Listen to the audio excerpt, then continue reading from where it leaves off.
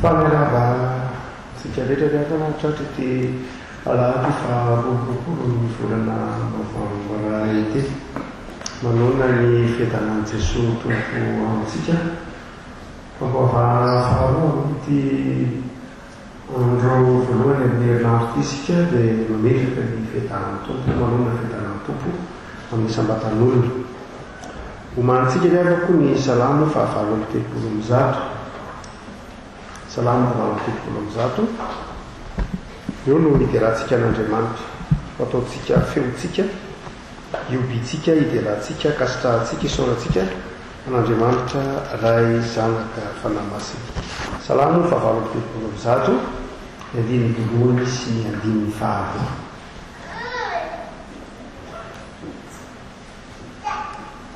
ampitoboana mora mandrakariva ny riavana ny fahasoavana sy ny fiadanana avy amin'Andriamanitra ray sy Jesosy Kristy tompontsika amen. Aoka isika hitsanga riavana ny voninahitra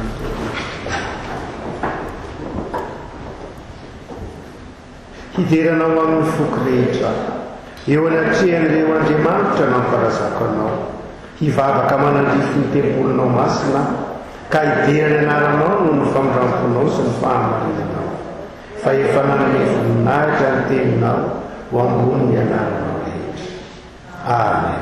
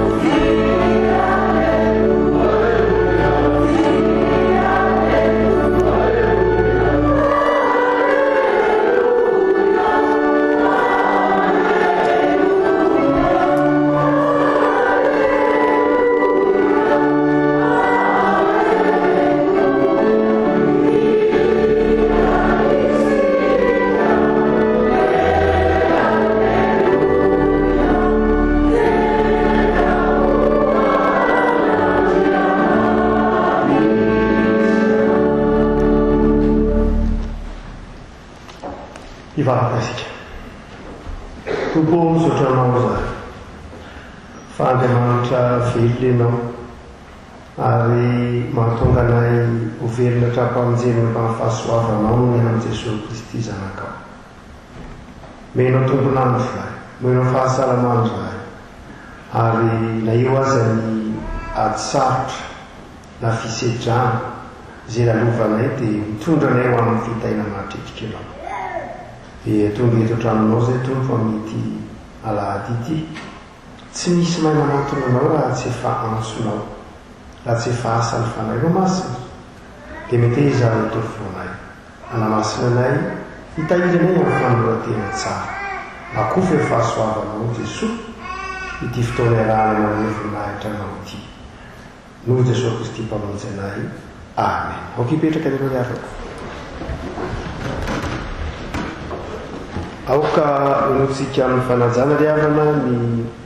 teny manambara ny sitrapon'Andriamanitra ambarana antsika fiangonana zao isika mby eto atran'Andriamanitra izao hoy ny afatry ny mpaminahy ny tsara no tadiavo fa aza ny ratsy mba ho velona ianareo ka dia ombanareo Jehovah Andriamanitra ny maro araka zay fa nolazainareo. Ankalao ny ratsy, tiavo ny tsara, aorena mpitsarana ny rariny. Ry olombelona efa naseho anao zay tsara dia izay ilay Jehova aminao, tena anao ny marina sy ty famindram-po ary anaraka an'Andriamanitra ao amin'ny fanetretena.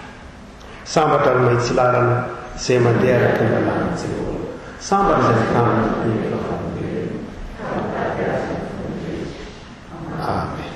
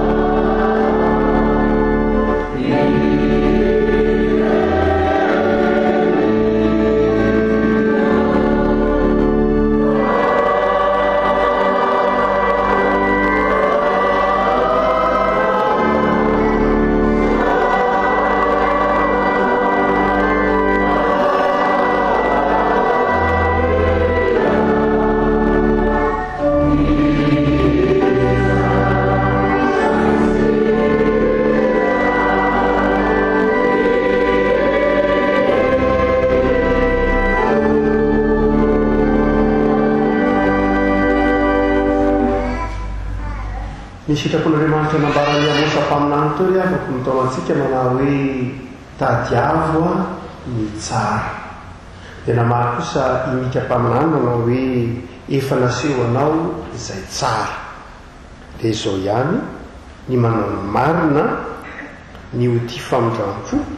ary ny manaraka an'Andriamanitra amin'ny fanetretena. Manoloana zany ny sitrapon'Andriamanitra ny ry havana dia tsika andinika ny tenantsika manoloana hiafatra ny mpaminany andeha araka ny marina ve tia famindram-po ve manaraka an'Andriamanitra tamin'ny fanetretena ve. Ivavaka izay lavako malala angataka famindram-po sy fanadivana famelan-keloka ao amin'i Jesosy.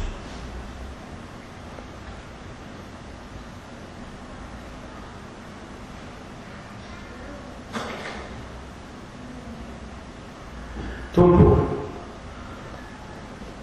tonga eto an-tranonao izay, ao aminao ihany misy ny fiainana. Ivelana Andriamanitra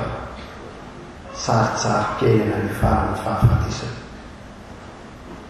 Fa ao aminao fiainana mandrakizay. Efa nasehoanao izay tsara tompo, ka fantatray dia ny manao ny marina, ny tia famindram-po ary manompo anao sy mananaka anao anatin'ny fanetretena. Mamantatra ny tenanay izay eto anatrehanao, ny tsara ny tenanay izay eto anatrehanao, mandinika ny tenanay sy ny fiainanay izay eto anatrehanao ka mahatsiaro fa niara tamin'izany foto-kevitra ao zany. Izany lalamarina eto manao anay zany. Mamindrafo ao anay tompo. Tao aminao izay anaraka anao amin'ny fanetretena, saingy adinonay fa izay rehetra eo aminay, ny fombiazanay, ny famirapirantanay dia avy aminao. Mampianaranay rehetra tena tompo. Taonao izay ana famindram-po tompo, eo anay ny fonao Andriamanitra, ny fonay fompanota ihany, ny fonay fon'olombelona ihany. Ko mamindrafo aminay, mampitoero ty anatinay ny famindramponao. Mampianatra anay anao dia amin'ny fahamarinana, fantatra ny fahamarinana tompo. Fa tsy manana herim-panahy azo hoe izany mandrakarify izay na mivavolombelona izany. Mamelana eloka efa marifo izany. Very izay rahavitra anao. Diovy ambanin'i Jesosy Kristy tompo izay ankehitriny, ary taony andeha araka ny sitraponao. Toany, ampahirizo, misaotra tompo noho ny amin'i Jesosy Kristy mpamonjy sy ny famelan-keloka omenao anay amin'ny alala. Amen.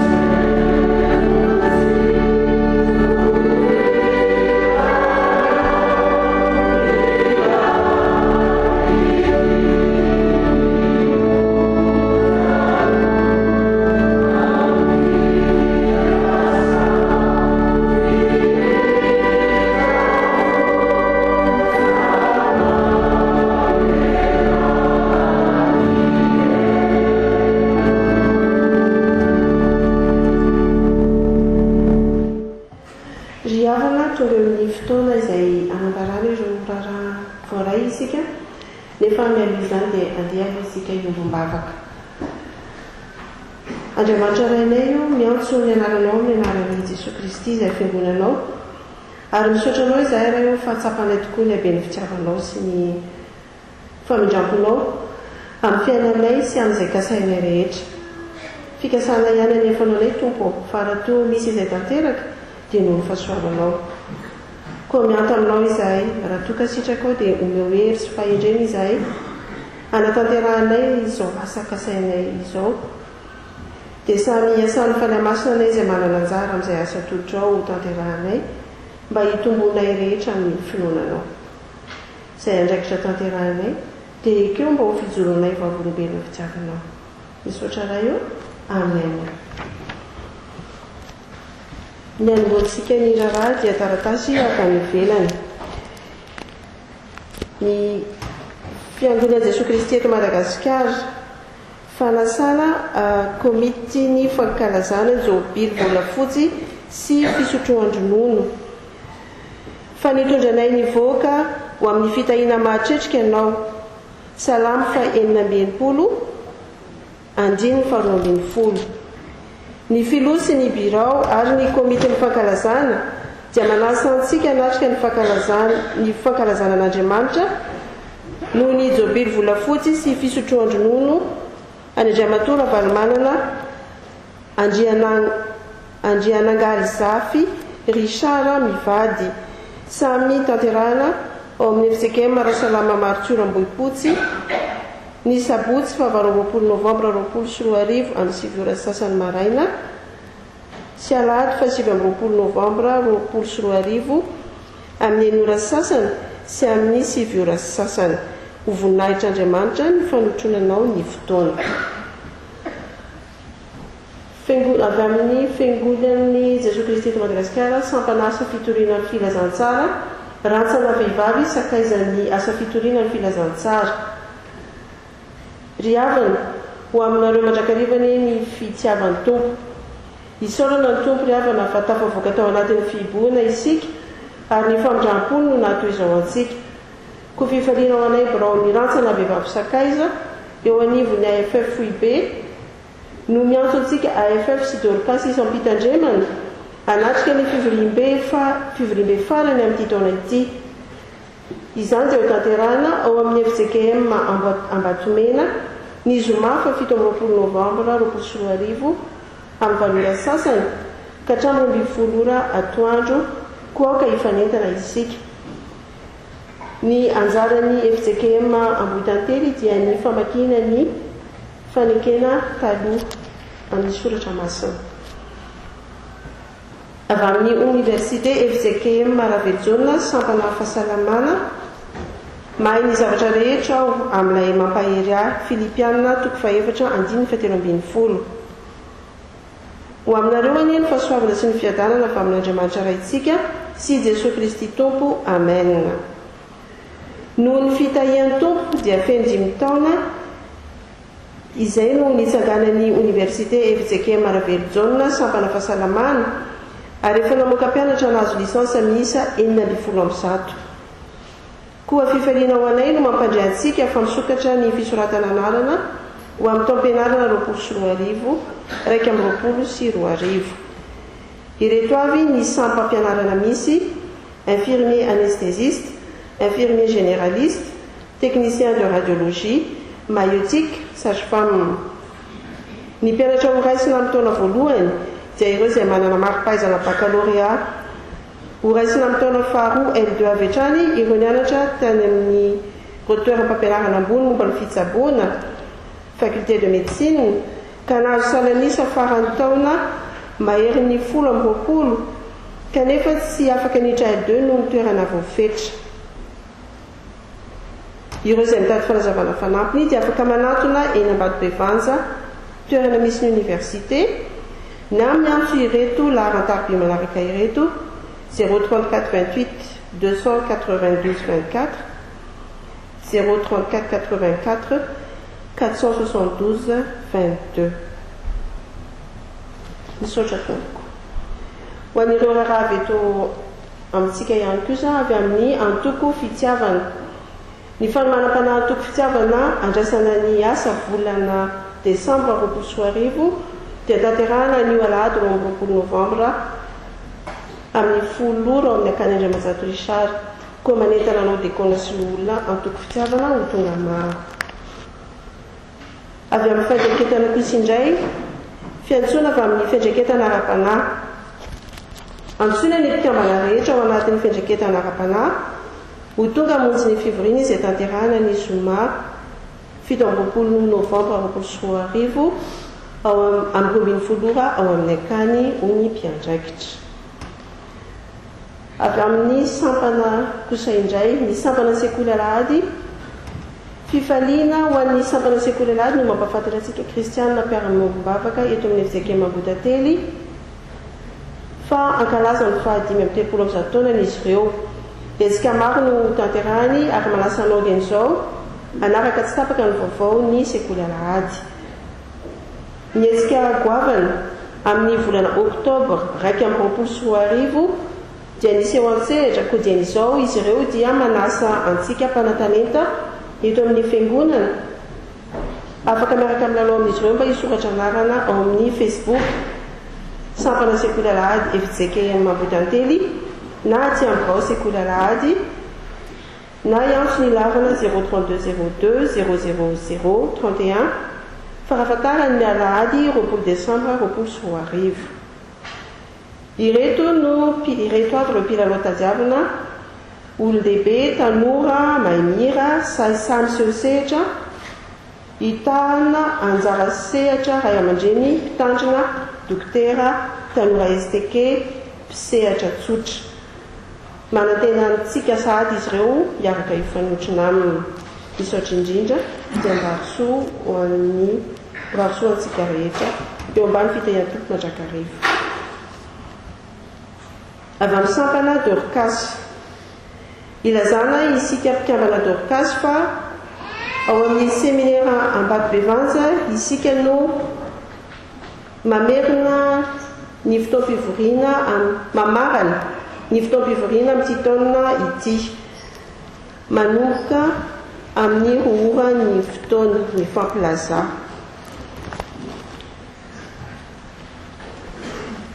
Ny entina nohizana azy zao dia rakim-pisaorana tamin'ny fanambadian'ny Mathieu Ramarmis sy Sarasoa Razakavony Raetsy Ariary. Hiditra amin'ireo filazana manjoko sika izao. Sitrak'Andriamanitra no ny antsony ny mpanompo ny Ranaivisan Faramalala mpitandrina vadina velan-tompoky lahy dokotera Rakotoaritsifa Andrianjatovo-Pitandrina ny alady 20 novambra 2021 rehefa nivahiny enimpolo taona teto an-tany hoy ny zanany ny zafiny ny zafikeliny ny vinantony ny ray tampo amin'ny vadiny Rakotoaritsifa ery sy oly ary ny zanany ny foibe FJKM ny faculté de théologie Ambatonakanga ny fiangonana FJKM Ambavadiny Tafo. Ny nofony dia niala tao an-tranony ny alarobia 20 novambra 2021 nentina nanomezam-boninahitra an'Andriamanitra tao amin'ny FJKM Ambavadiny Tafo alohan'ny nametrahana azy tany fasan-drazany tao an-tanety be Ambohimangakely. Fa ny tenan'ny tompo no hidina avy any an-danitra amin'ny fiantsony sy ny feony arikanjely ary ny trompetra an'Andriamanitra ka izay maty eo amin'ny Kristy no hitsangana aloha ary rehefa afaka izany dia isika izay velona ka mbola mitoetra no akarina hiaraka aminy ho eny amin'ny rahona hitsenan'ny tompo eny amin'ny habakabaka dia ho any amin'ny tompo mandrakariva isika. Tesaloniana voalohany 4:4-20 sy 7:20. Ny fianakaviana dia nahatonga teny fisaorana koa iangaviana izy ireo hitsangana raha azafato.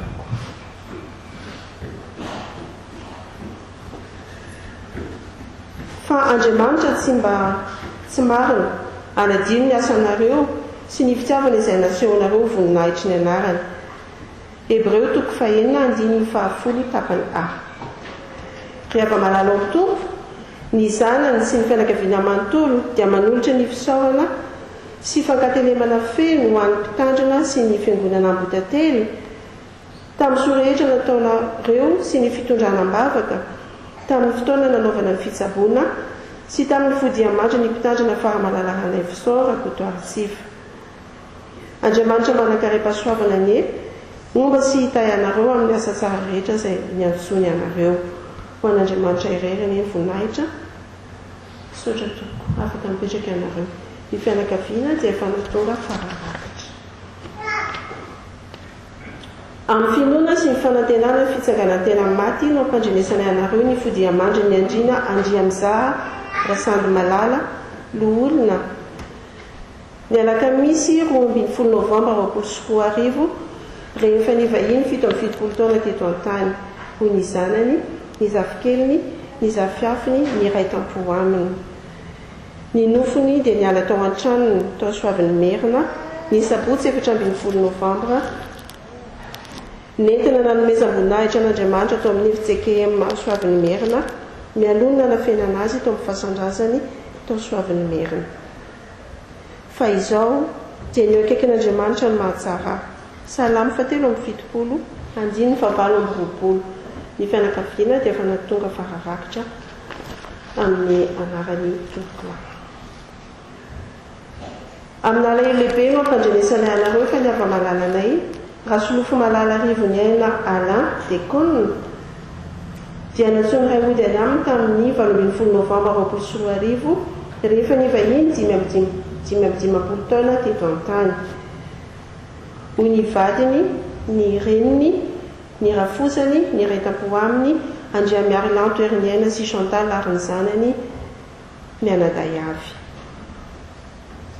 Ny nofony dia niala tao an-tranony tao Mahitsy Alasora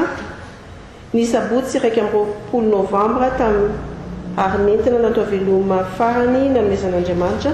tao amin'ny fiangonana FJKM Ambohitrinandriana fitiavana alohan'ny nametrahana azy tao amin'ny fasan-drazany tao Ambohitrinandriana ihany. Eny na dia mandeha mamaky ny loasa aloko ny fahafatesana azaho dia tsy atahotra ny loha zao fa ianao no amiko. Salamy 7:20 andiny 4 tapany A. Ny fianakaviana dia efa navita ny fampahirizana ny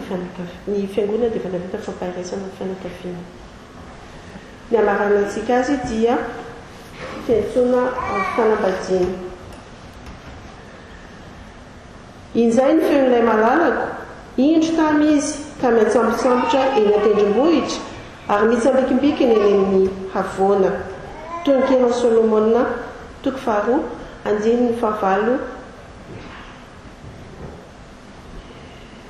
raha matory avaon'ory lalao Elizy ankilany Andriamatoa Amarikotonirina Aimé Victor Andriamamonjy raha matory Serjona Lucie Josiane Andanina dia faly manasa anareo anatrika ny fanamasinana ny fanambadian'ny zanany Randresy Arson Mamy Tahina sy Andriambololona Tsilavina Vivianina atao ny alakamisy 3 Desambra 2024 ao amin'ny fiangonana FJKM Mapetafo Vavolombelona Ambohimangakely. Ity no filazana faharoa. Dia izay ihany koa no mamarana ireo raharaha teto amin'ny fiangonana ho an'Andriamanitra irery ny voninahitra. Sorany fandrarantsa ireny afaka izay asa miandry ho antsika mianakavy izay. Manantso ny fiaritso ho antsika ambany fahasoavan'ny tompo ry havana. Misy fanambadiana mamasina teto am-piangonana omaly dia manaritra antsika eto izy mivady arabaitsika Andriamatoa raha maro misy ranambo Tsorofo Matiosy Ramatoa Zakavony Andrianina Azarasoa dia miarahaba mivady izahay fiangonana no mivady tamin'ny fanamasinana ny fanambadianareo omaly ary dia manisoanareo maoleo tokantrano maranjazalahy maranjazavavy ary dia feno mitombo fitaminany na ny asa na ny tokantrano na ny fikasana raha sotritra Andriamanitra. Manomakana ko malala ho antsika eto ambotantely ny fotoana rehetra izay nomanina ny mandritry ny herinandro mpifaliana mitokanana ny tsangam-pahafatempolo izany taona isan'andro moa izany latsinainy talata larobia lakamisy dia seosehatra amin'ny akany Andriamanjato dia manasa antsika rehetra arak'izany mbola misy vitsivitsy tapakila vitsivitsy tapakila mominge eo fa tsy hoano tafiditra ao anatin'ilay trano mitsizatria 500 isan'andro ihany mizaka ny toerana dia tsy maintsy natao ny fandamina hoe mba ahoana re zany afahantsika nyfandamina mba hitonga itsika rehetra. No zany dia manasa antsika ho tonga liavako malala ampifaliana ampitiavana dia azadorona ny fiarahana sakafotsika fanao isataona mo io isomasiny sabonjy fa mialahady kosa fifaliana manokana na fiarahantsika rehetra misakafo fionabe fiarahantsika misakafo mialahady dia mba misoratra anany renao ry hava ahafahana mamantatra ny isa mialahady ahafahana mamantatra ny isa hoe firitsika miara-misakafo ao amin'ny akany mialahady fa eny ny volana Desambra dia misoratra anarana na ao amin'ny Facebook na tsy amin'ny fandrarana ao an-tokotany eo dia misoratra anarana sika mba ahafahana mandamina na ny fitaovam-pihinanana na ny sakafo mihitsy satria manomana sakafo tsy dia mora loatra akory eo ny vidiny eo ihany fa raha hoe firy misany milaina fantatra raha miotra zato nalatsaka zato ny sakafo manitsika dia manjara manimba isika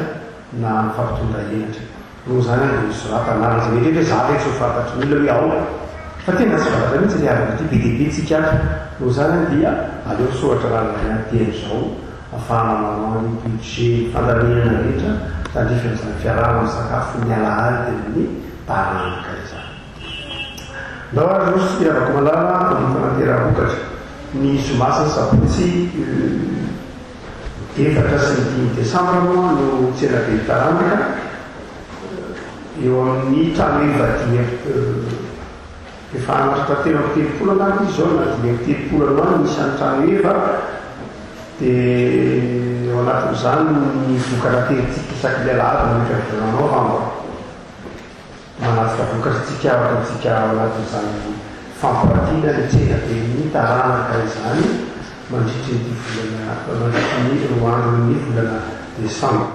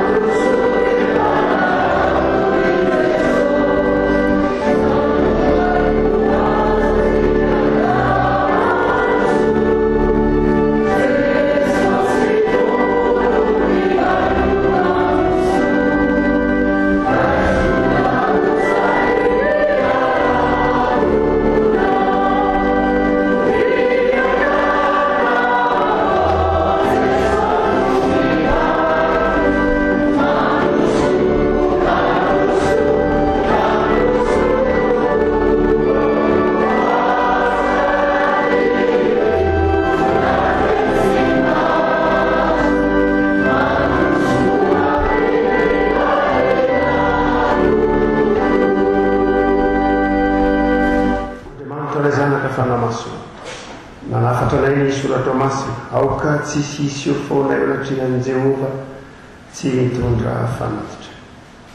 Dia ndreto izay mitondra ny tenanay fanatitra velona masina sitraka ho Andriamanitra izay raha teo ny fanompompana akasitrahana ary dia entina miaraka amin'izany tena sy fofanahy ty anatinay izany ny fanananay toe-tsaina hitantananay ny fanananay izay mahazay anay tianay hanomponanao. Dia misaotra Tompo fa afaka manohy ny asa koa izay amin'ny fanolorana na ny vokatra na ny fanatitra atolotra ho an'ny asanao. Raiso fa vokatry ny fonay, raiso fa fifalinay ny fifalinao, koa ny fanahinao masina hitahiry ny fitahinao sy ny fahasoavanao ty anatinay. Dia amin'izay vitanay Tompo sy izay mbola tanterahinay dia azy izay nomena voninahitra fa ny anararao ihany no Jesosy Kristy zanakao. Amen.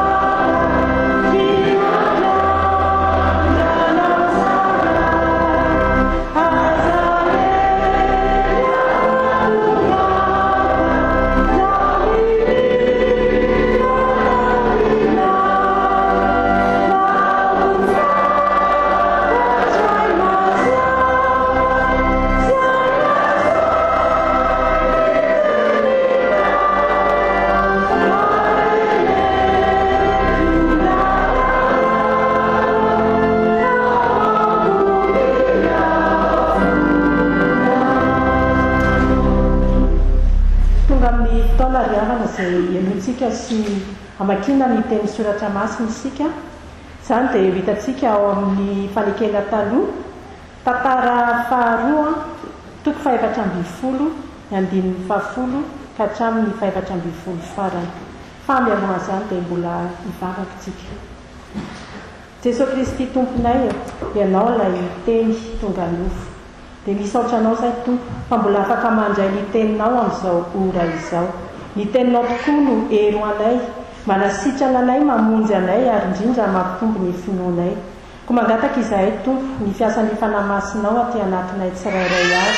mba aizanay matakatra ny sitraponao ary ny mpanomponao hitondra ny teninao dia ianao Jesosy no amendry ny olona izay sitrakao no aoka horaisinay. Dia aoka ny teninao hitehirizinay ao am-po, hiainanay ankatoavinay mandritra ny androm-piainanay mba hijoroanay fa ianao tokoa no Tompo mpamonjy anay. Dia amin'ny anaranao Jesosy Kristy no anaovanay izany vavaka izany. Amen. Boky ny tantara faharoa ao amin'ny toko 420 atombotsika amin'ny 110 ka hatramin'ny 420 farany. Rehefa hita dia vakina amin'ny anaran'ny Tompo. Ary asamy karaina tamin'i Jehovah Andriamanina ka nanao hoe: Jehovah, tsy misy afa-tsy ianao no mahavonjy ny tsy manan-kery raha iadin'ny maro izy. Ka avonjeo izahay Jehovah Andriamanitra io, fa ianao no iankinanay ary ny anaranao no andehananay hiady amin'ireto olona ireto. Jehovah, ianao ny Andriamanitra, aza vela isy olona haresy anao. Ary Jehovah namely ny Etiopiana teo anoloan'ny asasin'ny Joda ka dia nandositra ireny.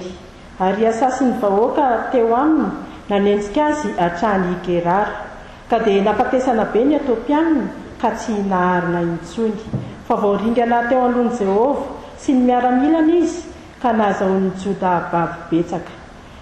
Ary namely ny tanàna rehetra manodidina ny Gerara izy, fa ny fatahorana an'i Jehovah nahazo ireo,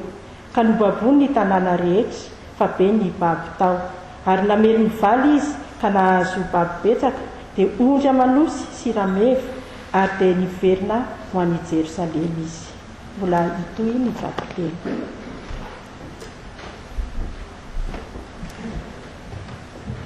Hotohizantsika amin'ny famakiana ny tenin'ny soratra masina arak'izay hita ao amin'ny epistily ho an'ny Filipianina. Filipianina toko 7 raisina amin'ny 7:20 ka hatramin'ny faraika 20.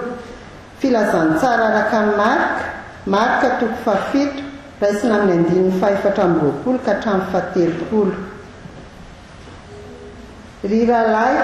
aoka samy anahaka ianareo ka dinio izay mandeha tahaka ny anananareo anay ho marika fa maro ny mandeha izay efa nolazaiko taminareo matetika fa sady mbola lazaiko aminareo amin'ny fitomanina koa ankehitriny fa fahavary ny azo fijalian'i Kristy ireny fahaverezana no hiafarana ny kibo no andriamaniny ny famenarana no voninainy fa misaina ny amin'ny tany izy fa ny fanjakantsika dia ny an-danitra ary avy ihany koa no hiandrasantsika mpamonjy dia Jesosy Kristy tompo izy no izay anova ny tenin'ny fihetren'ny tenantsika ka hitovy endrika amin'ny tenin'ny voninainy araka ny fiasan'ny heriny izay ahaizana ampiaiky ny zavatra rehetra ho azy. Eo am-pitsanganana no amankitsika ny filazantsara araka ny Marika 7 raisina amin'ny 420 ka hatramin'ny 7. Ary niala teo Jesosy ka lasa nakany amin'ny sisin-tanin'ny Tiro sy Sidona dia nidina tao an-trano izy ary tiany tsy ho fantatry ny olona izany kanefa tsy nahazo ny hery izy fa niaraka tamin'izay dia nisy vehivavy anankiray nandreny aminy ny zanany vavy tanora dia azo fanahy maloto dia nakaokany akohaka tamin'ny tongony ary jentilisa raha vehivavy avy amin'ny firenena Sirofoinika dia nangataka taminy izy mba hamoaka demoni ny amin'ny zanany vavy fa hoy Jesosy taminy aoka hovoky aloha ny zaza fa tsy mety raha maka ny mofonjaza ka manipy azy ho amin'ny ambokely fa raha vehivavy namalika nanao taminy hoe eny tompoko kanefa na dia ny ambokely eo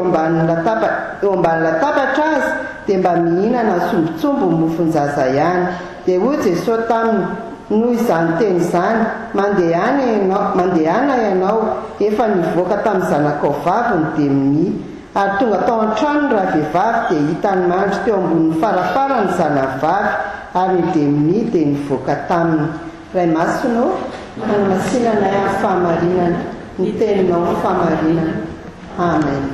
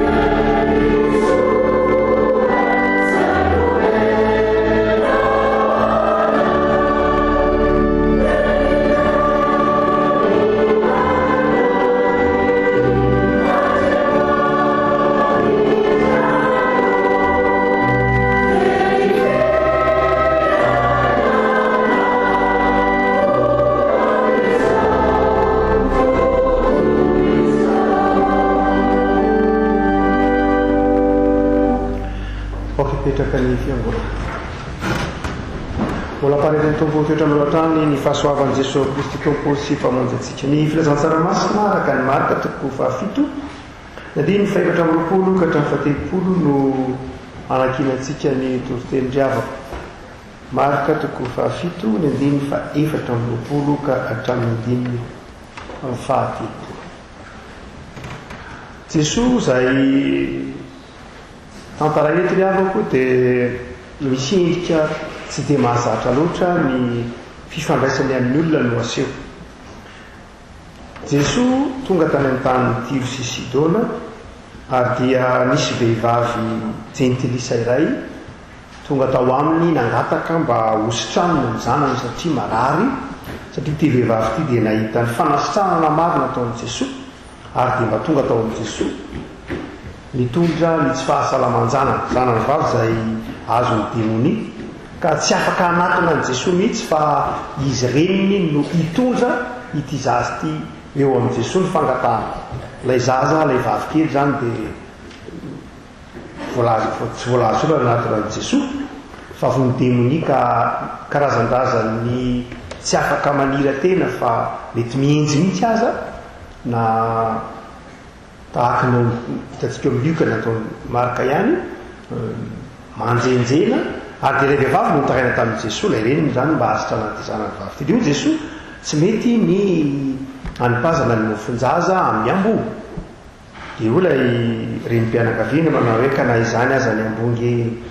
mba mitsitona izay latsaka avy amin'ny latabatra ihany ary tena ndresy lahatra ny jesosy iteny ka tena nasitrana ilay vehivavy izy manao hoe mandehana fa efa sitrana ny zanaka ao vavy iavana inona ny tiany jesosy tantaraina inona ny tiany marikalazaina raha toa ka miteny izy manao hoe tsy mety ny maka ny mofonjaza ka manimpo azy ho an'ny ambokely nampitoviany jesosy amin'ny ambokely ity vehivavy ity ary mafy lay fanoharana fa nahoana kay jesosy no nanao zany teny mahery zany hoe tsy mety manipy ny mofonjaza ho an'ny ambokely fa nahoana jesosy no nanao teny mafy tahaka zany tantaraina rehefa natao filazantsary tony tsy hoe zava-mitranga ihany fa betsaka reo tantara ro zava-mitranga tamin'ny andron'i jesosy fa no fantenana ny sasatsasany mba entina mampita fampianarana amintsika tsy ireo zay voalaza anatin'ny filazantsary ihany akory ho vahagagana ny fampianarana ataon'i jesosy zaona milaza zany fa tsy atonina mihitsy ny boko izy fa ny vitsivitsy no nytantaraina mba inotsika an' jesosy no zany dia notsongainy Matthieu sy Marka manokana ity tantara ity mba ampahafantarana antsika iza no jesosy mba ahafantarantsika koa toetra tadiavin'i jesosy antsika na mba ahafantarantsika mihitsy ny toetra atsika ka hanatona atsika an' jesosy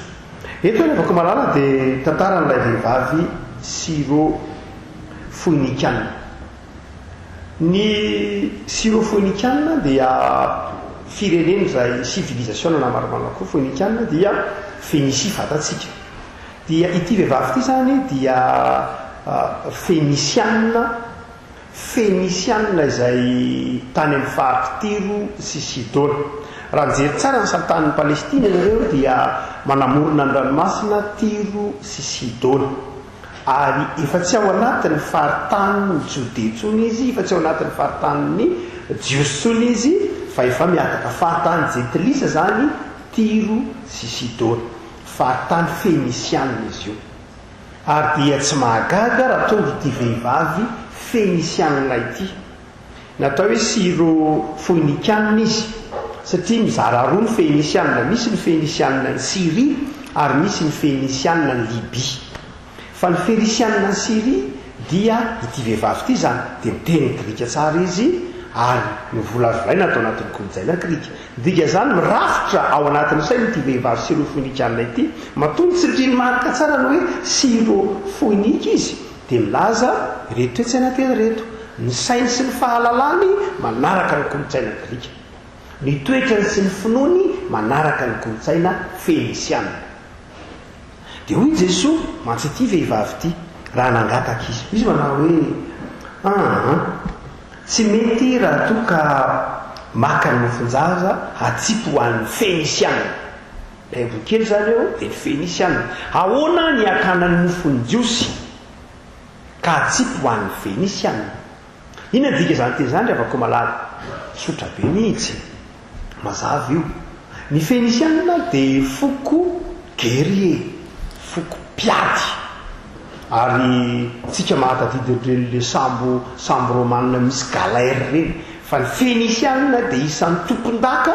tamin'ny ady an-dranomasina misy soratan'ny Hérodote ohatra dia manazava mihitsy manao hoe raha mbola misy mpiady an-dranomasina tsisy ohatry ny Phénicianina ka raha miteny zany hoe Phénicianina tsy fantatry Jesosy tsara fa ny Phénicianina dia olona mahery setra mpiady ary mpandrombaka ny anjaran'ny hafa tsy miahoatra mihitsy ny Phénicianina andeha hanitatra ny fanjakany tamin'ny tantara ary pakan-keriny izay an'ny hafa izy dia Jesosy nety mampianara antsika ny avako malala raha miteny izy manao hoe tandreny tsara tsy mety raha maka ny mofonjaza ka manome zany ho an'ny ambo dika zany avako malala dia zao tsy mety ny maka ankiriny na tsy mety ny manolotra ny maka ny anjaran'ny hafa fanao ny Phénicianina mihitsy mantsy rehefa ko malala ny hoe maka ny anjaran'ny hafa izy tsy tokony ho anjara dia eto zany Jesosy mitodika tsy amin'ity vehivavy ty ihany fa amin'ny civilisation syrofoinikanina mihitsy amin'ny civilisation grika mihitsy mitodika amina toetsaina zany jesosy eto tsy mitodika amina totsika hoe olona anankiray na individu fotsiny izy fa tena mitodika mihitsy amina toetsaina manao hoe mba mahaiza mianina amin'izay anjaranao mba mahaiza ianao mianina amin'izay anjara nomen'andriamanitra anao fa tsy zay na ny civilisation grika na ny civilisation fénicianina dia tsy mba mahay mianina amin'izay anjarana fa tonga mandrakariva haka izay an'ny hafa handrombaka izay an'ny hafa tsy afa-po amin'izay an'ny tena eto zany jesosy dia mitodika ity vehivavy ity zany dia sarin'ny civilisation ny herisetra civilisation ny fangalarana civilisation ny afetsifetsena civilisation ny tsy mety afa-po ka maka ny hafa mandrakariva raha tsorona dia nytenin'izy zany dia manao hoe samy manana anjara ny angera vehivavy samy manana anjara ny ange samy men'andriamanitra zay mety ho tandrify azy ange ny isa-pireneny fa izao tsy afa-po amin'izay ny men'andriamanitra anareo afaka malala raha mijery ny fiainam-pirenena isika na ny fiainana eto ambonin'ny tany dia ny tokony ho fantatritsika ary ampatsialivy ny tompontsika fa izao samy men'andriamanitra ny anjarany avy ny firenena tsirairay avy samy men'andriamanitra zay mety ho tandrify azy ny firenena tsirairay avy fa misy civilisation na tsy mety afa-po mihitsy misy civilisation na tsy mety manaiky mihitsy izay ny men'andriamanitra azy ny fanjanahantany ohatra azadonona fa fanapa-kevitra andehanjanahantany ange tsy hoe zavatra tonga ho azy ary raha ohatra ka mitantara ny fanjanahantany tsika ndeha atokely Madagasikara fotsiny ihany tsy hoe ny frantsay rehetra kena naiky nao fanjanahantany ry avako malala tsy a be deabe ny frantsay tsy nanaiky ny fanjanahantany ary be deabe ny firenena tsy nanaiky ny fanjanahantany no ny antony maro samy hafa raha ohatra ka tao amin'ny parlement frantsay fahaizay mihitsy dia nisy olona anankiroa tena tsy mitovy hevitra mihitsy etsakilany mitariky ry Jules Ferry sy ny namana natonga ny lycée Jules Ferry io izay tena nanao hoe tsy maintsy mizotra makany amin'ny fanjanahantany sika satria any misy ny areny any misy ny fitaovana antsika afaka mamboly antsika afaka makabola makasisy ny ranomasina antsika mbola maka angovo sy ny sisa rehetra fa nisy ny Clémenceau ohatra dia tsy nanaiky mihitsy ny fanjanahantany tsy mety ny fanjanahantany haninona ny fanjanahantany moa sika eto ary tsy lanitsika haninona andehazakazaka risy ary no zany dia zao rayon tantara tsy voatery hoe ny civilisa tao anatin'ny toetsain'ny frantsay rehetra na tao anatin'ny toetsain'ny allemand rehetra tao anatin'ny toetsain'ny amerikanina rehetra nihevitra fa zava-dehibe ny fanjanahantany fa nisy resy lahatra fa tsy ilaina ny fanjanahantany tsy voatery mampanoso ny fanjanahantany itsika manao hoe eto zany ity jesosy eto dia ataovy any ambadika aloha ilay vehivavy manana zanaka marary fa ny eo anoloany dia ilay teniny marika ny tsindriny marika manao hoe syrofoinikanina ireny zany hoe tsy tokony hanana anjara mihitsy amin'ny jesosy ary jesosy any dia manazava manao hoe mba mahaiza mianina amin'izay anjara men'andriamanitra anao ary dia tiany jesosy zany mitakatrytsika mihitsy tsy miangatry jesosy resantsika fa tsy miangatry jesosy tsy manavaky jesosy fa ny tiany jesosy atsaitsika koa le avako malala dia zao mba kosa ampiaro amin'izay efa nomen'andriamanitra anao mba saham-piaro amin'izay anjara efa nomen'andriamanitra anao manana zavatra maro na ny firenenao na ny fianakavinao na heninao na sotoaviny io na inona fa mba saham-piaro amin'ny zavatra nomen'andriamanitra anao misy fikambanana kely zay ravako fikambanana kely zay izay naorona zanaka ambotantely izy io Save Zoé anaran'ilay fikambanana izay any ampitan-dranomasina izy fa manana rantsana kely eto Madagasikara izy dia sera nandalo tany Frantsa no nahina tamin'ny vavykely io za pastera tia mbanangana fikambanana hiasany Madagasikara fa za ty mitahin'andriamanitra mba manana ny asako a manana ny fiainako a manana za fandeha mba hitodika amin'ny tanora zazavavy ahy dia ina nataony ty fikambanana ty nanangana teto izy zany dia lay ONG zany miasa ao amin'ny hôpitaly nao be vola-tanana io na iza dia miasa manao prise en charge mandray an-tanana reo vavy kely zay tratra ny faminanana zany hoe misy be dibe mantsy mivavykely tratra ny fanolalana no ny antony maro samihafa dia izao maro amin'ireny olona reny no tsy afaka miady akory, tsy afaka miaro ny tenany, tsy afaka mitsabo, tsy afaka be dibe ny zavatra izay tsy hitany masonao. Ary rehefa nandray tatitra ary avako malala atao anaty vivin'ny mpiandraikitra fobe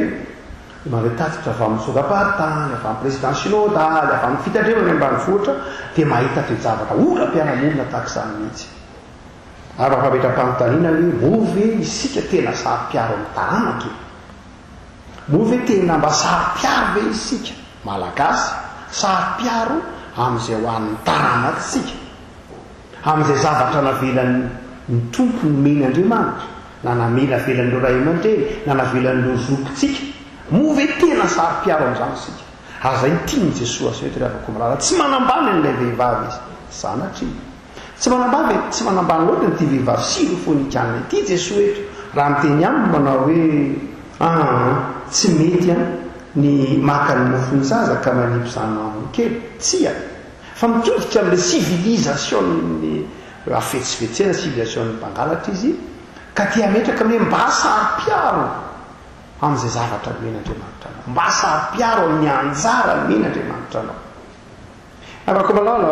mampieritreritra antsika ary ity teniny Jesosy ity mametra-panontaniana amin'ny hoe manahoana ny itezantsika fiangonana ny fiarahamonina, manahoana ny itezantsika ny ankonantsika, move tsapatsika fa sarobidy ny anjara ny men'Andriamanitra antsika. Fa raha ray afaka malala ny hita dia izao ndraindray ny hafa tsy nisombotsongony ihany no andrasany azy fa ny mofonjaza ray manontolo mihitsy no alay, ny mofonjaza iray manontolo mihitsy no tadiaviny alay. Jesosy anefa tsy manafaka fa Jesosy mampieritreritra manao hoe tandrefa mbola misy ny sirofonikanina zany hoe mbola betsaka ny civilisation zay tiandropaka zay anjara men'Andriamanitra anao. Miarenak'Ibotany eto Madagasikara ny fahendry sy ny sisa raha mandeha maketsy Maorisy fotsiny ianao ohatra etsangosy Maorisy hitanao eo a dia itsika malagasy manana zay ataontsika hoe haitao natao zavatra fanaontsika be tafe zoro io sikotra io dia raha mankany amin'izany zany ianao zanaty tsy hoe maninona loatra fa ny akabeazany ataontsika hoe ny ary na reo zavatra aseho amin'izany nosy zany a dia zavatra ny anarana va ty Madagasikara, zavatra ny anarana va ty Madagasikara na nyvidinareo ty mihitsy ary naseho eo ao anatin'izany ohatra amin'ny papier temory nge atsika ny anarana aseho papier atemory fa ny mitranga dia izao tsy breveté amintsika ke ny papier temory ary raha mijery sika dia izao fa lasan'ny olona izy tsisy na lay mpanamboatra azy ary fa tsy ditako taniny mbo manarina ambody mety intsony fa lasa mivarotra seza saon sy inona sisa le mpivarotra fa tsy hita tsony le izy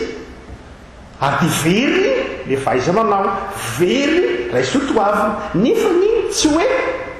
taratasy fotsiny fa civilisation na mihitsy ny papier temory zany hoe melona atongavany taratasy dia efa nisy taratasy ny antemory, melony atongavany soratra dia efa nisy soratra ny soatany antemory, civilisation na manontolo mihitsy zany ny very. Rehefa koa malala mba sary-piaro amin'izay anjara ny men'Andriamanitra anao. Zay ny dikany tonga ny tompo eto zany tsy nanavaka ny Jiosy loatra izy na nanavaka ny sirony-fonikanina hoe tandremy tsara fa ho anareo sirony-fonikanina, ho anareo felisianina va ny Siry na ny felisianina va ny Liby dia izao maherisika loatra ianareo ka alainareo ny mofony hafa, alainareo ny anjarany hafa. Afaka malala tsy izay ihany ny endrika isehon'izany fa aoka isika ny afaka malala ahitantana izay anjara mofo no men'Andriamanitra antsika. Fa ny fanaovako malala dia izao rehefa napetraky Jesosy zay ara ity vehivavy ity hoe tandreny tsara fa samy manana anjarany angeny olona dia izao samy mianina sy mifaly amin'izay anjara mba meny tompo azy avy dia olona vehivavy nanao hoe eny sange tsy mandaly samy manana ny anjarany olona tompo ahy fa izao za tsy miady ny anjarany olona fa ny sompitsombony zay latsaka amin'izany anjarany zany zay zay nonrazako ina dika zany reavako malala asa rehefa mangataka zavatra ianao rehefa mangataka zavatra amin'andriamanitra ianao ataovy hoe misy zavatra irinao amin'andriamanitra dia izao ty vehivavy ty situation natao zany ty vehivavy ty tenena manao hoe zao za mangata zavatra amin'andriamanitra dia izao zay mahasoa ahy no angatahako amin'andriamanitra itsika mantsy a rehefa mangataka zavatra amin'andriamanitra ry avaka rehefa ohatra ka misy zavatra irintsika amin'andriamanitra dia izao miainga amin'izay zavatra eny ampelantanany namatsika no angatahantsika fa tsy miainga amin'izay ilayntsika ohatra hoe raha anina manana zavatra ohatran'izao tsika manao hoe mba tianina nenko a jesosy fa omeo ahy na raha anina manatoerana ohatran'izao ny fiarahamonina dia tsika manao hoe za koa jesosy mba ataovy manatoerana ohatran'iny na misy olo anankiray mandray fitahina tahaka izao dia tsika manao hoe jesoa za koa mba omeo an'iny fitahina iny amin'izay fotoan'izay liavako malala lay vavaka na lay fangatahana ataotsika dia tsy fangatahana miainga amin'izay tena ilayntsika marina fa fangatahana miainga amin'izay veritsika fa mahasoatsika miainga amin'ny namatsika zany hoe ny olam-piarahamonina dia izao rehavako malala manjaka be ny fitsiriritana mahatonga ny fitsiriritana dia izao satria tsy ilay mahasoa lay olona ny jereny fa ny namany jereny ary rehefa ny namany ny jereny dia latsaka ao anatin'ny fitsiriritana sy ny fialolana izy ka manjary mieritreritra manao hoe tsy sahazany ny namako iny na koa hoe tsy izy ihany sahazany fa izako eto zany ty vehivavy ty rehavako malala dia nakany jesosy lesinao atsika manao hoe rehefa mangataka zavatra amin'andriamanitra ianao dia zay mahasoa anao no angatahanao amin'andriamanitra aza manao hoe izy ry mahasoa ny afo ry dia mahasoa ako rehevavy zany tsy nangataka mihitsy ny mofo tsy mangataka mihitsy ny anjarany jiosy izy tsy teny hoe meo any anjarany jiosy fa izy mania zany tsy mangataka ny anjarany jiosy za tsy mania atao voatrany jiosy a fa izao zay mba mahasoa ana angatahako aminao izay mba mety ho tandrify a no angatahako aminao zay fotsiny any azay dikany vavaka nampianaran'i jesosy afaka manao hoe omeo anay an'io ny anina sahaza ho ao zany hoe mangataka isika dia mangataka izay sahaza mangataka isika dia mangataka izay sahazatsika afaka malala ao anatin'izao fotoana nataona amin'ny farany rosady ina ny afatra ao anao sahi mangataka tahaka ity vehivavy ty sahi miady varotra ny tompo fa izao matoky fa andriamanitra tsy miakatra zay tsara kely retary ho ny filazan'ny marikasa dia ny faefatra am'roapolo dia mialy jesosy ka lasa nakany amin'ny sisytan'ny Tiro sy Sidona dia niditra tao an-trano izy ary tsy tiany ary tiany tsy ho fantatry ny olona izany zany hoe rehefa niditra tao amin'ny tany Tiro sy Sidona jesosy dia inona no mitsanga niditra tao an-trano izy dia tsy tiany ho fantatry ny olona akory hoe niditra tao an-trano izy satria tany jentilisa Tiro sy Sidona tany Fenisiana sika teo tany Fenisiana avy any Siria dia maloto zany teo amin'ny Jiosy zay rehetra miditra amin'izany dia maloto tsy hoe akory mandeha ho azy ny fidirana ao an-tranona jentilisa fa tsy fanao mihitsy mandoto zany dia miafiny Jesosy zany any marimarina kokoa tsy tiany Jesosy ho hita ny nidirany tao anatin'ny ity trano ity ary dia eo ny amataratsika rehavako malala fa tsy hoe miangatra nge izy raha nyteny tamin'ity vehivavy ty izy manao hoe ianao nge tsy mety ny manipy ny fonjaza aminao amboke dia mizato eky ity vehivavy ty izy mizato etra ilay vehivavy izy fa matoa izy tonga tany amin'ny tany Tiro sy Sidona ary matoa izy niditra tao amin'ny tokantrano dia efa vonona ny anasitrana izy efa fantany tsara ny ataony fa izao mizato etra ilay vehivavy izy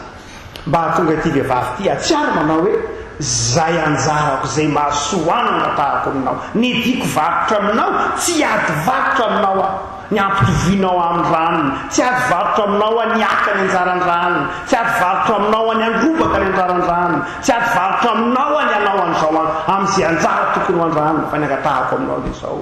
omeo ahy zay mba mahasoa omeo ahy zay sahaza afaka malala vavaky ny mpino zany ny vavaky ty vehivavy sy ro fonikany tokony ho vavakytsika rehetra mihitsy le afaka malala ny mahatonga ny ola mpiaramonina maro isan-karazany mitranga le afaka malala dia ny tsy faneken'ny olona zay anjara men'Andriamanitra azy ny hoe anjara eto le afaka malala tsy ilay dia tena lay anjara mety amaritan'ny fiarahamonina finoaneti-paharazana loatra zay io fa lay tena mihitsy hoe lay fahafantaranao fa ity tokony men'Andriamanitra anao ary io ange ataontsika hoe hita ao anatin'ny fiarahamonina iainantsika kehitriny maneran-tany fa betsaka ny indray tsy mahafantatra an'izany akory tamin'io farany afaka malala nandray nitatsika zahay avy any solapatan'ny boina dia avy any solapatan'ny boina farany teo zany zay mpiaraikitra vobe dia mamboarina mantsy zany zao ny sisin-dranomasiny soalala dia rehefa namboarina sisin-dranomasiny soalala dia misy ingénieur manao miasa zany dia voasorona anatin'ny tatitra rehetin'ny secrétaire général mba manderaka zany dia inona no mitranga rehefa namboarina ny sisin-dranomasina dia tao ny sisin-dranomasina dia atao baiboly anjatony anarivony baiboly kristianina ao anaty ranomasina dia malasa ny eritreritra afa izy reto baiboly reto iza tonga ny reto ty zany soalala zany ange tsy tonga raha tsy moto na automobile tena manokana mihitsy fa afa izy reto maninona ny tonga ty dia nametrahana dia tonga ny fitsekema zay ty misy natsona mitandrona katekisitra amretreo atao salata fa inona kay mahatonga an'io afa izy le baiboly mani avy le baiboly anaty ranomasina efa mitsonika sasany be dia afa izy loa dia tsy fantatreo izy le katekisitra zay koa raha bakaka fa hoana tsy fantatray nonany tsy fantatreo azy fantatraika dia natao ny fanadihadiana dia tonga raty amin'ny tompona ndraiky mpanjakany fa misy zavatra ohatra n'izao any dia mpitondra ndraiky mpanjakana teo namana hoe mifahatarana azy taloha dia ny sambo vaky tao a dia ngamba sambo tao anatin'le sambo ngamba sambo mizara baiboly sa inona le sambo dia vaky a dia very tao le baiboly be dehibe reo latsaka tao anaty ranomasina lasa lehetra hoe areza le sambo vaky tao tsy ao naona ny baiboly ihany ny ao fa tsy ao ny vaky ny sambo dia lasa neritreritra toerana be silamo soalala 5 isanjaton'ny tonona silamo ary raha misy ny akabeazan'ny komoriana dia manana havana soalala ary ny akabeazan'ny olona soalala dia manana havana any komory zavatra mandeha ho azy io havana ary dia lasa neritreritra hoe ahoana moa zany dia tandrifindrindra avako malala ny fivavahana kristianina ny havana tsy fivavahana kristianina fivavahana mihaja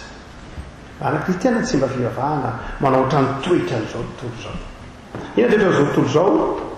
mandaitra be ny marketing zao le avako dia zao toetsain'izao tontolo zao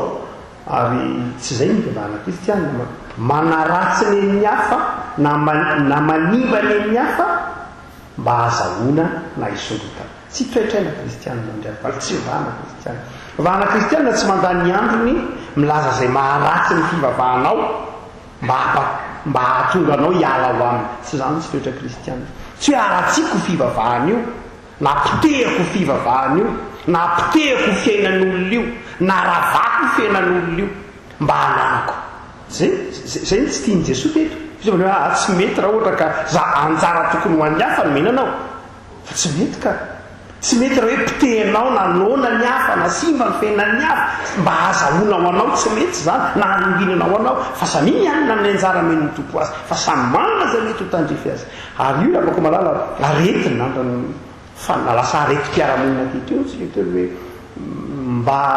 hahatonga ho tian'ny olona dia aratsiko raha aminy na mba hahatonga everiko mba hahatonga hisondrotra dia sotomoko hidiny raha aminy mba hahatonga petipetiny fiainako dia alaiko ny azy tsy toetsaina kristianina mihitsy zany afaka malala tsy zany ny toetsaina kristianina tsy iva be ohatra zany ny toetsaina kristianina tsy fomba vavahana kristianina mihitsy ny anaratsy ny hafa mba hahatonga ny olona hiala ao amin'iny tsy filazantsara zany ny filazantsara dia filazana ny tsara ao amin'ny tena filazana ny tsara ao amin'Andriamanitra ary dia ny olona ny manapa-kevitra hoe mba hiaraka aminareo zay fa tsara ao aminareo tsy amin'ny alalan'ny fampiasa-kery na ny alalan'ny fanalatsiana no hahatonga ny olona hanaraka anao tsy raha izay le afaka malala dia tsy voavonjany raha ina ny antona rahano vavahana satria tena ratsy be mihitsika ilay fivavahana tsy zay afako malala fa satria fantatao fa tsara lay tsara ka eo amin'i Jesosy zay mahatonga anao miala ny amin'izao tontolo zao jereo tsara fa tamin'ny andro Jesosy eke io zao nisy le fivavahana fenisiana nisy le fivavahana kananita nisy le fivavahana romana fa zao tsy hitanao mihitsy Jesosy ny toritenin'i Jesosy niainga tamin'ny fanaratsiana ilay fivavahana tsy zany mihitsy fa inona ny toritenin'i Jesosy izy nolana sy fahamarinana ary fiainana inona ny toritenin'i Jesosy very ianao raha tsy miaraka amin'Andriamanitra inona ny toritenin'i Jesosy inona toy filazantsara raisoa no famonjenana men'Andriamanitra anao zany hoe ny filazantsara dia tsy miainga amina toe-tsaina miiba fa miainga amina toe-tsaina miady ny filazantsara dia filazana aminao ny tsara ka ialanao amin'ny ratsy fa tsy filazana tsy fitanisana ny ratsy tsy zay le afako malala ny toriteny tsy hoe andeha nalina ny fotoana ka hitanisana ny areto mpanahy isan-karazany ina tsy zay ny toriteny le afako malala tsy zay ny filazantsara fa ny eny ilaina ihany ny teny an'izany ilaina ihany mampafantatra zany mazava ho azy ny baiboly tsy miala amin'izany fa ny votoatiny dia ty fampahafantarana ny tsara mba hahatonga anao hiala amin'ny ratsy ampahafantarana anao ny tsara dia fantatrao hoe ratsy zany ty fa tsy fitanisana ny ratsy akory mba ho fantatrao ny tsara fa fitanisana ny tsara fampahafantarana ny famelan-keloka fampahafantarana ny famindrampo fa zay no tsy hoe filazantsara fa noho ny fiarahamonina masagafa dia zao satria ilay fiarahamonina fanjakan'ny satana dia fiarahamonina mpifampiapanga zay mita ny fampiapanga dia zao tsy hoe mipanga dia mitanisa ny ratsy ndevolo manao an'izany ainy mihitsy no hoe mitanisa ny ratsy izy iny dia zao dia iry dia le ratsy mandrakariva no hita dia manjary lasa arety mpiarahamonina le hoe miainga amin'ny faharatsiana mandrakariva iavako malala tsy zany filazantsara azany tsy mivahana kristiana vahana kristiana dia fivavahany fitiavana fivavahany fameran-keloka fivavahany fitomananao anatona an'Andriamanitra fivavahany filazana aminao fa tsara Andriamanitra afako malala mahaiza mianina izay anjara meny ny tompo anao fantatr'Andriamanitra izay tokony anao ny sahazatsy sahazanao ny mety aminao tsy mety amin'ny namanao fa rehefa mangataka amin'Andriamanitra dia zao aza miainga n'izay ananany namanao avelao ny azo any fantatry ny tompo izay tokony hasambatra azy fa fantatry ny tompo koa izay tokony hasambatra anao fantatry ny tompo koa izay mety ho tandrify anao azay tenen'ny tompo eto anao hoe mandeha any ianao mody a fefahazonao zay nirinao satria izay nirinao tsy hanimba ny mihafa zay nirinao tsy hahatonga ny hafa ho simba na akany anjarany ny hafa fa zay nirinao zay sahazanao mandeha any ianao mody fahazonao zay sahazanao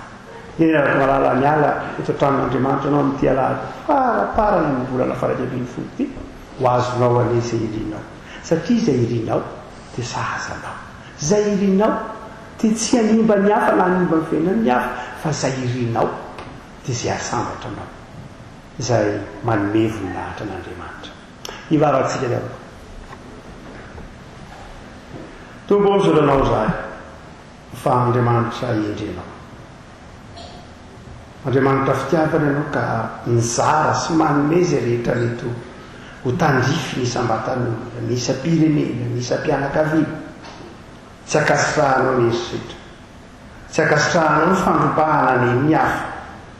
tsy akasitrahanao ny fampiasan-kely hakana zay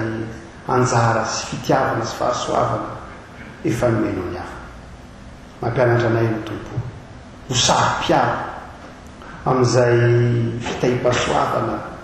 efa nomenao anay na fianakaviana io na fiangonana io na firenena io avy aminao reny mampianatra anay koa ianao tompo raha mangataka aminao dia izay sahazanay zay tandrify anay tsy hiainga amin'izay fahasoavan'ny hafa no hijerenay zay mahasoa anay fa arak'izay fantatrao arak'izay fantatray fa mahasambatra anay dia indray tonga eto an-tramonao tompo izay anrehetriny amin'ity ora zay fotoana ity dia mivavaka aminao manana zavatra manokana iriny zay tompo amin'izao taona idiva ifaran'izao miainga amin'izay rehetra ilainay sy mahasambatra anay ianao izao vavaka mangina izao tompo satria fantatra efa neto ianao dia mivavaka izahay tahaka ny talaony ity vehivavy ity amin'izay sahaza azy no hitalaony manginako izay sahazana eo aminao.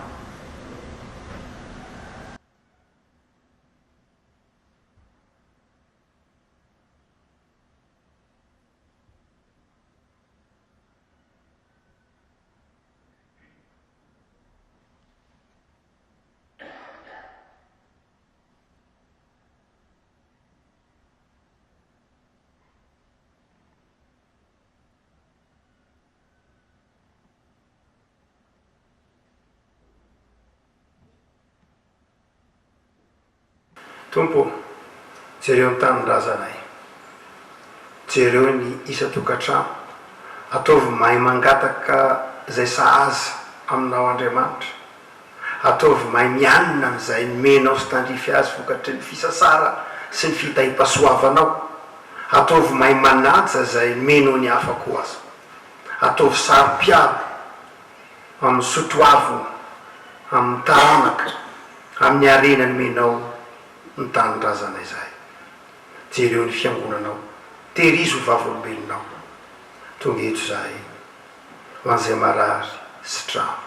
izay manana olana ampahirezo, izay miatrika ady sarotra ataovy mandresy, misaotra Jesosy. Imbola ny varakarapelinanao ny manao hoe ray naizay any anao, ho amasinina ny anaranao,